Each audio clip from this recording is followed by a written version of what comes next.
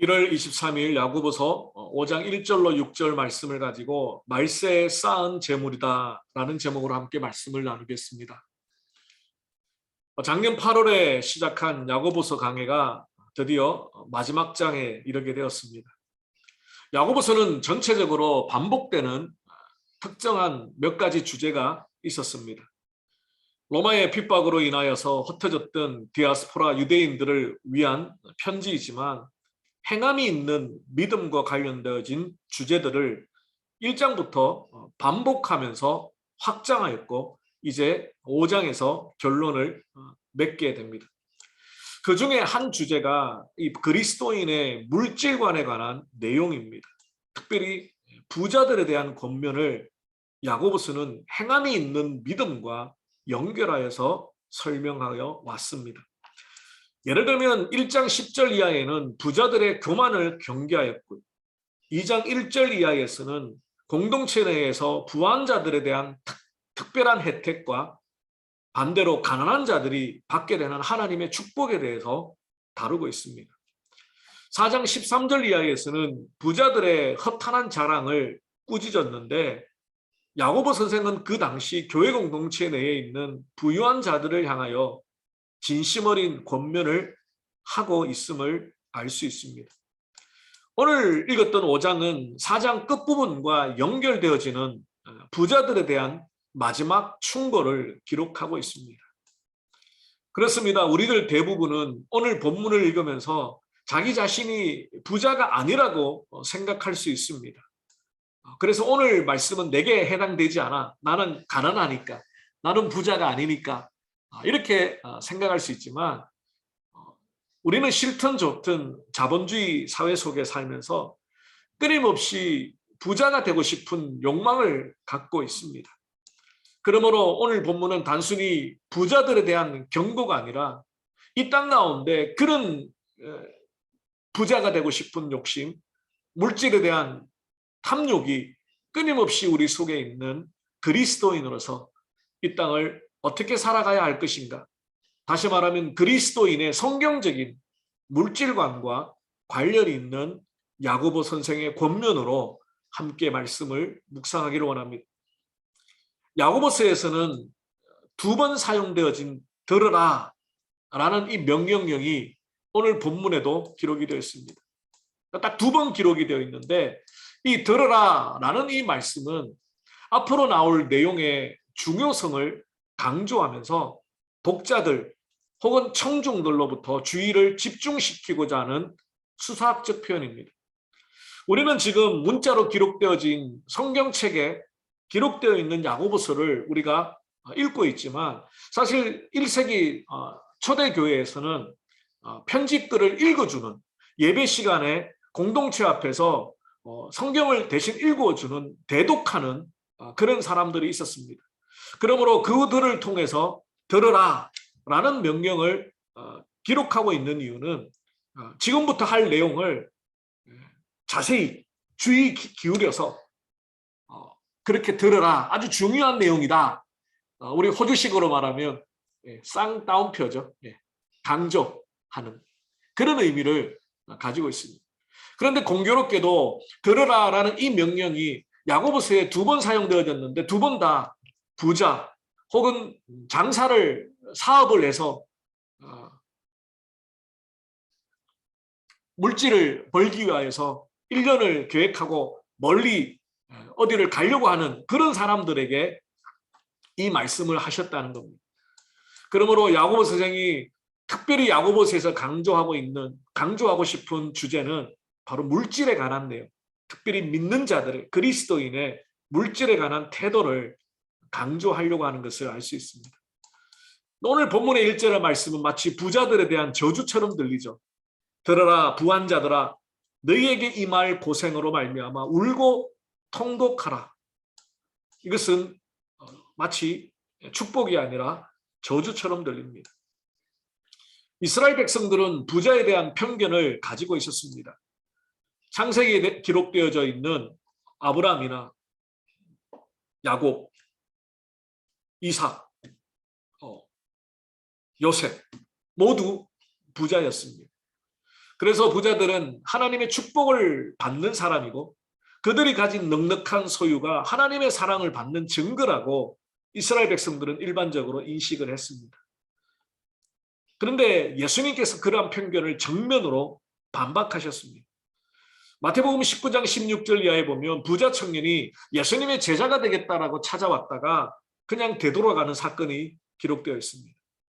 그 부자 청년이 자신의 재물이 많음으로 예수님의 제자가 되려고 했던 그 초심을 잃어버리고 다시 자신의 삶의 자리로 돌아간 이후에 예수님이 이렇게 말씀합니다. 내가 진실로 너희에게 이르노니 부자는 천국에 들어가기가 어려우니라. 그 예수님 말씀을 듣고 제자들이 몹시 놀라 당황하여서 예수님께 묻습니다. 아니 부자가 하나님의 축복을 저렇게 많이 받은 부자가 구원을 못 받으면 누가 구원을 받을 수 있겠느냐. 그때 예수님이 유명한 말씀하시죠. 사람은 알 수 없지만 하나님은 하실 수 있다. 실제로 예수님이 하신 모든 말씀들의 15% 정도가 돈과 물질 그리고 소유물에 대한 주제입니다. 이것은 천국과 지옥에 대한 가르침보다 더 많은 분량입니다. 왜 예수님은 이토록 돈과 소유에 대해서 강조를 두시고 많은 말씀을 하셨을까? 그것은 우리가 물질에 대하여 어떻게 생각하느냐에 따라, 그 물질을 우리가 어떻게 바라보느냐에 따라, 그 물질과의 관계가 어떠냐에 따라서 우리의 영적인 삶이 근본적으로 좌우되기 때문입니다. 흔히 우리의 믿음과 돈을 분리시키려고 하는 경향이 있지만 예수님은 이 땅에 우리의 삶 속에 믿음과 돈을 뗄 수 없는 것이라고 끊임없이 말씀해 오셨습니다. 다시 말해 우리의 믿음을 가장 위협하는 존재가 무엇이냐? 바로 돈입니다. 예수님뿐만 아니라 세례 요한도 회개를 촉구하면서 세 가지를 말씀합니다. 누가복음 3장 11절에 보면 무리에게는 옷 2벌 있는 자는 옷 없는 자에게 나누어 주고 먹을 것이 있는 자도 그렇게 할 것이다. 이렇게 말하고요. 세리에게는 부과된 세금 외에는 거두지 말라. 이렇게 명령할 거예요. 군인들에게는 사람에게서 강탈하지 말며 거짓으로 고발하지 말고 받는 급료를 족한 줄로 알라. 이렇게 말합니다. 근데 이 세 가지의 공통점이 있습니다. 모두 돈이나 소유물과 관련이 있습니다. 영적인 열매를 맺기 위하여 요단강에 나와 회개의 세례를 받으려고 했던 그 많은 사람들에게 세례 요한이 요구했던 것은 다른 것이 아니라 바로 하나님 앞에서 물질의 탐욕과 소유의 집착을 버리는 것에서부터 출발한다는 것을 가르쳐 주었던 것입니다. 그렇습니다. 하나님께서 유한한 우리 인생에게 영원한 것을 가르쳐 주셨죠. 이 땅의 물질이 영원하지 않다라는 것, 이 땅의 소유물은 영원하지 않다라는 것. 하지만 영원한 하나님은 우리에게 영원한 사랑을 주셨고 영원한 생명을 주셨고 영원한 천국을 주셨습니다. 그러므로 그리스도인의 삶은 예수 그리스도를 주님으로 고백하는 순간에 유한에서 무한으로 모든 것이 바뀌게 되었습니다. 우리 안에 계신 성령께서 끊임없이 우리로 하여금 도전하시고 우리의 잘못된 생각과 마음과 삶의 방향을 교정하여 주시고 우리가 비록 이 땅에 살고 있지만 여전히 우리를 옛 사람의 모습으로 다시 돌아가게끔 만들려고 하는 세상의 환경은 변화되지 않았습니다. 우리의 욕심과 탐욕과 죄성도 비록 성령 하나님이 우리 안에 거하시지만 여전히 몸부림치며 싸워야 되고 또 부딪혀야 될 죄성이 남아 있습니다. 그래서 한순간도 우리 안에 계신 성령 하나님의 음성을 놓쳐버리게 되면 우리는 다시 유한한 것을 영원한 것처럼 붙들고 살게 되는 것입니다. 그렇습니다. 야고보 선생은 부자들을 향하여 장차 임하게 될 고생 때문에 울고 통곡하라고 경고합니다. 그들은 자신의 물질의 넉넉함과 소유의 풍성함으로 인하여 현재의 삶뿐만 아니라 미래의 삶까지 계속해서 평안할 것이라고 착각하였습니다. 하지만 결코 그들의 부유함이 영원하지 않을 뿐만 아니라 하나님의 심판대를 피할 수도 없다는 것을 기억해야 합니다. 근데 우리가 한 가지 여기서 짚고 넘어가야 할 것은 야고보 선생이 경고하고 있는 이 부자, 앞으로 임할 고생과 또 심판 때문에 통곡하라고 한 이 부자는 불의한 부자를 말합니다. 세상의 모든 부자들이 불의한 부자는 아닙니다. 자신의 분야에서 최선을 다한 부자, 열심히 노력하고 일한 부자, 정직하고 진실한 부자, 이런 부자들을 우리는 부자라는 이유만으로 역차별해서는 안 되기 때문에 야고보 선생이 책망하는 이 불의한 부자는 몇 가지 특징을 가지고 있습니다. 첫 번째로 불의한 부자는 자신의 재산을 모으기만 했습니다. 오늘 본문 2절과 3절에 보니까 너희 재물은 썩었고 너희 옷은 좀 먹었고 너희 금과 은은 녹이 슬었고 이 녹이 너희에게 증거가 되며 불같이 너희 살을 먹으리라. 너희가 말세의 재물을 쌓았도다. 이렇게 기록합니다. 이 2절과 3절에 사용되어진 명사가 세 가지죠. 재물, 옷, 금, 은. 그리고 동사가 세 가지입니다. 썩다, 좀 먹다, 녹슬다. 이 세 가지 명사는 그 당시 부자들이 얼마나 많은 물질과 부를 그저 쌓아두기만을 했는지를 잘 묘사하고 있는 것이고요. 세 가지 동사는 그것들이 얼마나 비효율적으로 하나님의 율법의 말씀을 쫓아 사용되어지지 않고 그저 자신의 배를 채우기 위하여 쌓아두기만 했는지를 기록하고 있습니다. 오늘 본문에 사용되어진 재물이라는 이 단어는 부자들이 온 마음과 정성을 쏟고 있는 세상의 부유함을 말합니다. 단순히 돈만이 아니라 자신의 소유를 어떻게 불릴 수 있을까? 오늘날로 말하면 여러 가지겠죠. 주식이나 가상화폐나 부동산이나 어떻게든 돈이 되는 것들을 생각하는 것. 모든 삶의 우선순위와 집중이 오직 돈 버는 것에 있는 것. 물론 이런 것들이 우리가 살고 있는 사회에서 불법이거나 혹은 기독교인들이 미래를 향하여 투자하는 것을 죄라고 말하지 않습니다. 문제는 자신의 배를 채우기 위해서 쌓아두려고 하는 욕심이 문제가 됩니다. 야고보 선생이 살던 그 시대에 옷은 재산 중에 일부로서 자신의 부유함을 계급을 나타내는 대표적인 수단이죠. 오늘날로 말하면 명품이 되겠죠. 머리부터 발끝까지 다 명품 이런 것.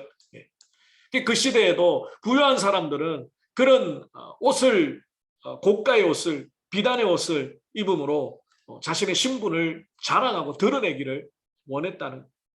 가난한 사람들은 하루하루 먹고 살기가 힘든데 부유한 사람들은 그런 생존의 필수와 상관이 없는 그런 것들을 가지고 자신을 드러내는. 금과 은은 요즘도 마찬가지죠. 최고의 투자 대상이기도 하고 희소 가치가 있기 때문에 금과 은을 모아서 재어두는 그런 사람들이 1세기 초대교회 가운데도 있었던 모양입니다. 이러한 부유함들이 이제 하나님 앞에서 어떻게 된다고 말합니까? 썩게 되고 좀 먹게 되고 녹슬었다.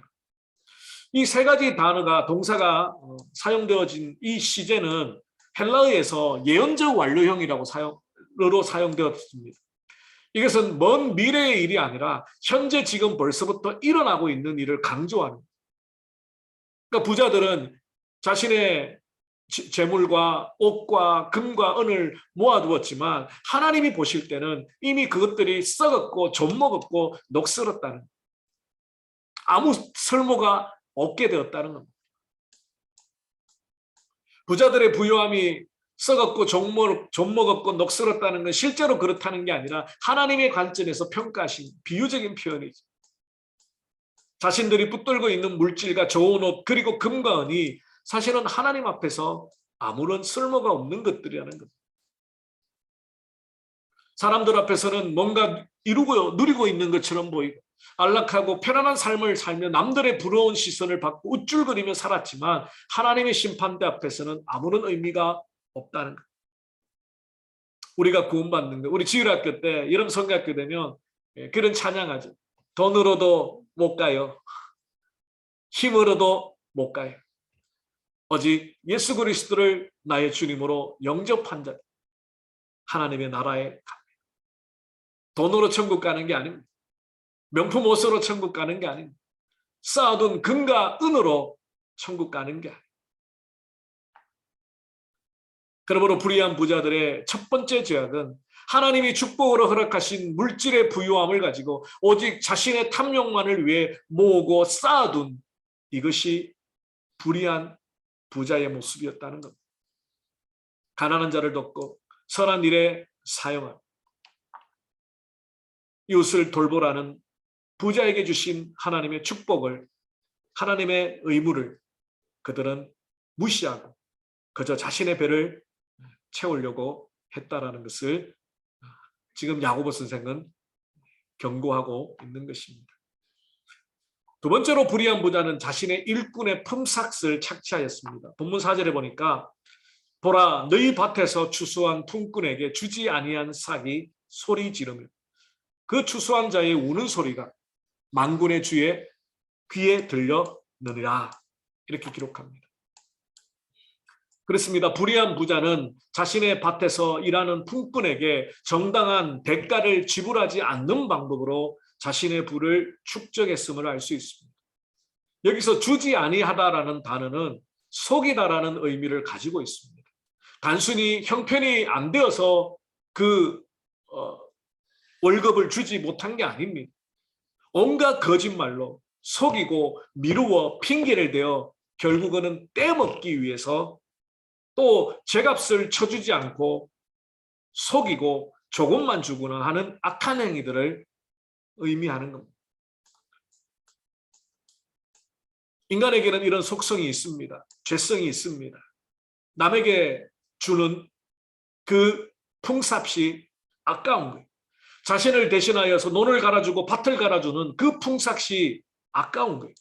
그래서 하나님은 구약의 율법의 말씀을 통하여서 이렇게 규정하여 주셨습니다. 하루 일하여 먹고 사는 품꾼들에게 반드시 그 품삯을 그날에 지불해라.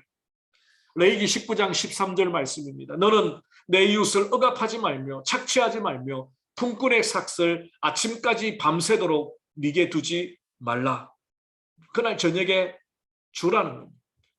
그 일당을 받아서 가족들을 먹이는 그 가난한 자의 품삯을 그 다음날 아침까지 미루지 말라는 것. 신명기 24장 14절 이하의 말씀에도 공공하고 비난한 품꾼은 너희 형제든지 네 땅 성문 안에 우거하는 객이든지 그를 학대하지 말며 그 품삯을 당일에 주고 해진 후까지 미루지 말라. 이는 그가 가난함으로 그 품삯을 간절히 바람이라. 그가 너를 여호와께 호소하지 않게 하라. 그렇지 않으면 그것이 내게 죄가 될 것입니다. 몇 년 전에 한 청년이 저랑 대화를 나누다가 속상한 이야기를 하더라고요. 지금은 이제 워커를 마치고 한국에 갔습니다. 자기가 아르바이트하는 한인 식당의 주인이 어느 다른 교회, 한인교회 집사님이신데 이 워컬로 청년이 일하는 그 2주치 페이하는 그 일당을 자꾸 미룬다는 거예요. 내일 줄게. 지금 돈이 없어서 그러는데 다음 주에 줄게. 다음 주에 줄게. 당장 이 청년은 방값도 내야 되고 뭐 식대도 해야 되고 핸드폰 요금도 해야 되는데 그 사정을 뻔히 알면서 그렇게 미루더라. 그런데 알고 보니까 그분이 교회 다니는 집사님이라. 그러면서 제게 하소연을 한 적이 있습니다. 제가 참 부끄럽더라고요. 다행히 우리 교회 집사님은 아니셨지만 예수 믿는 사람들이, 하나님 믿는다는 사람들이 정말 어려워서 못 줄 수도 있겠죠. 그러나 그렇다 하더라도 이 청년은, 이 워컬러는 정말 그 하루 일당이 없으면 생활을 못하는 그러한 경우가 이 야고보 선생이 섬기고 있었던 초대교회도 있었던 것입니다. 어떤 주석에 보니까 이 부분을 이렇게 설명을 했습니다. 야고보 선생은 예수님의 동생으로서 가난한 목수였던 아버지 요셉에게서 자랐던 옛 기억이 떠올랐을지 모른다. 풍삭을 제대로 받지 못해 아이들이 울고 있고 아빠가 울부짖고 있는 그 1세기의 가난한 사람들의 그 모습을 너무너무 잘 알고 있었기 때문에 야고보 선생이 교회 안에 있는 부자들에게 제발 좀 풍삭 좀 제대로 주라. 그렇게 자신의 유년 시절이 오버랩이 돼서 이 말씀을 강조하고 있는 것이 아닐까, 이렇게 해석을 해놓았습니다. 일리가 있는 것 같습니다. 오늘 본문에 보면 가난한 자들의 울부짖음이 만군의 주에게 들렸다라고 표현합니다. 이 만군의 주라는 표현은 구약 성경에 많이 나오죠. 특별히 전쟁 상황에서 하나님의 백성을 돕는 하늘의 군대를 가지신 주님이라는 뜻입니다. 그냥 한두 천사가 아니라 군대와 같은 그런 천사들을 부리시는 하나님의 징계가, 하나님의 책망이 이 불의한 부자들에게 있다라는 겁니다. 그러므로 불의한 부자는 자신의 배를 채우기 위하여 정당한 풍사까지 착취하는 악한 자였고 결국 하나님의 심판을 면할 수 없다라는 것을 기억해야 합니다. 세 번째로 불의한 부자는 다른 사람에게 나누고 베풀기보다는 사치하였습니다. 이제는 단순히 쌓아두기만 한 게 아니라 분에 넘치도록 펑펑 사치하였다는 거죠. 본문 5절에 보니까 너희가 땅에서 사치하고 방종하여 살육의 날에 너희 마음을 살찌게 하였도다. 여기서 사치하다라는 단어는 이기적이고 자신의 욕심을 채우는 삶을 말하는 것입니다.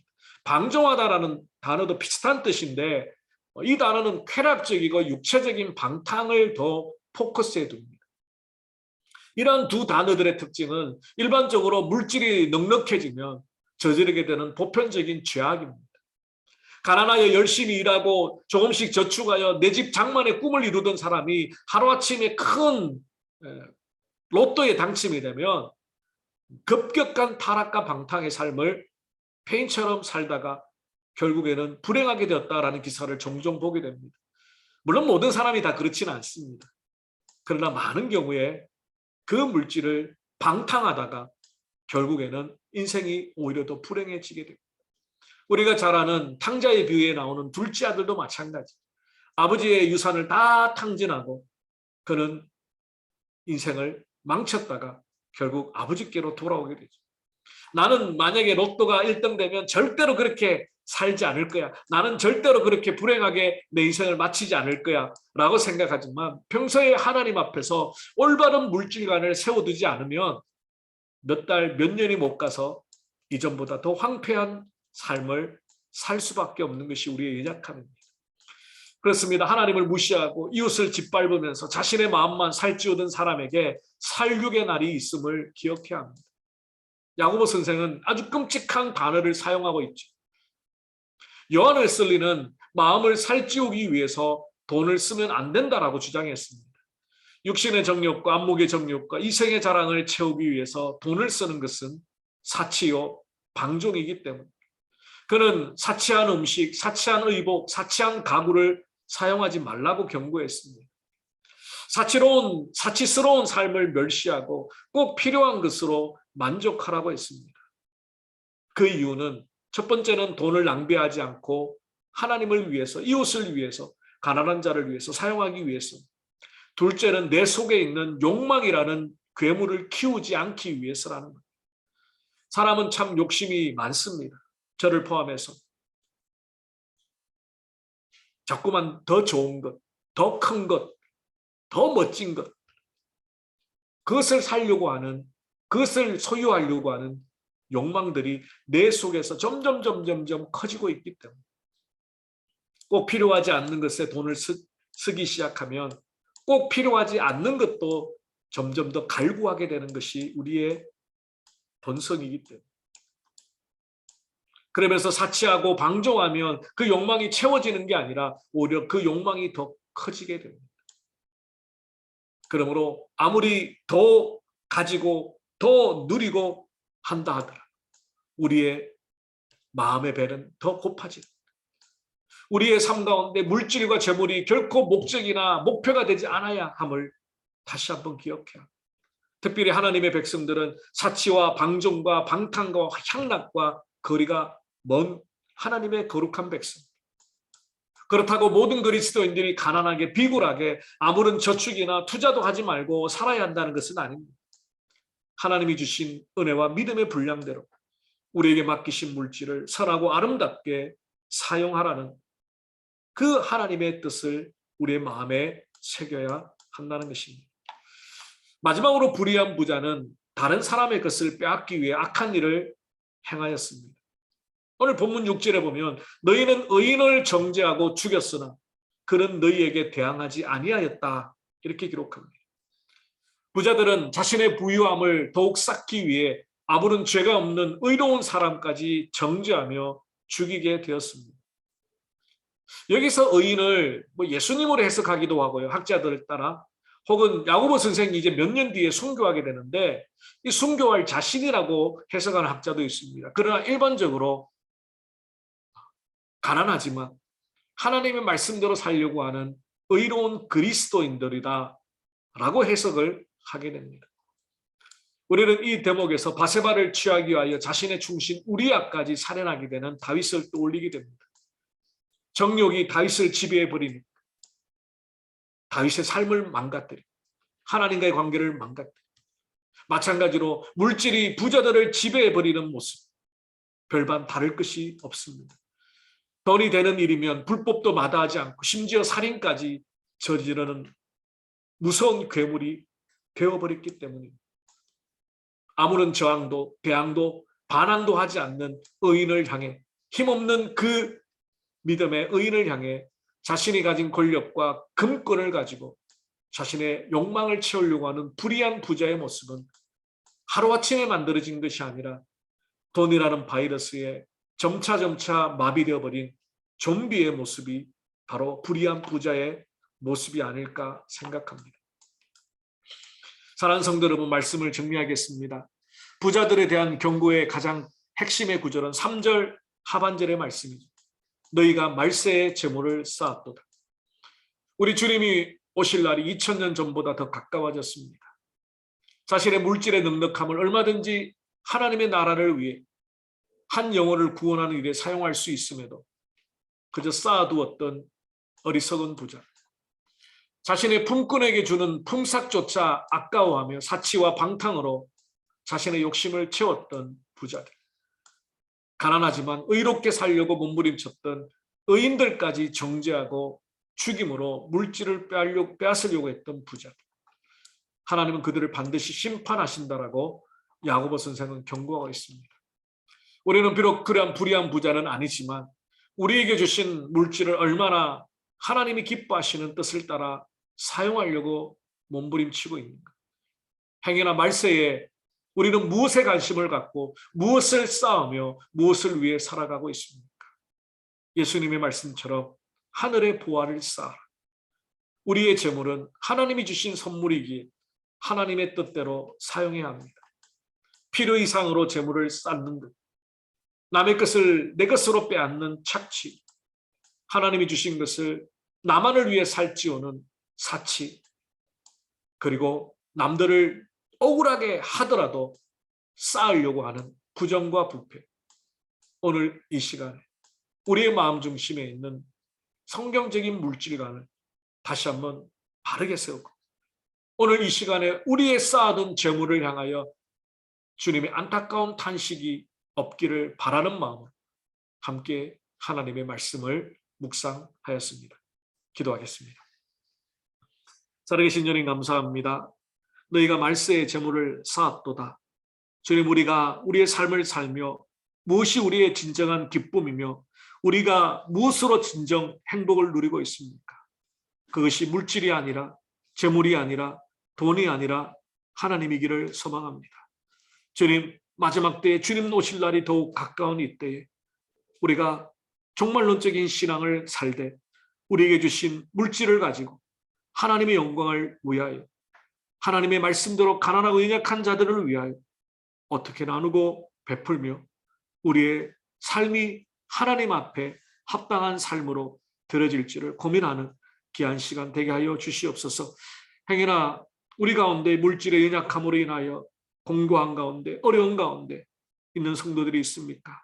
하나님 일용할 양식으로 채워주시니 먹이셨던 까마귀를 하나님께서 입혀주시고 먹여주시옵소서. 오늘도 두 주인을 섬길 수 없다고 하신 주님의 말씀을 기억하며 하늘에다 보화를 쌓는 저희들 되게 축복하여 주시옵소서. 감사하고 우리 주 예수 그리스도 이름으로 기도 올리옵나이다. 아멘. 이 시간 찬송가 588장 찬송 드리겠습니다.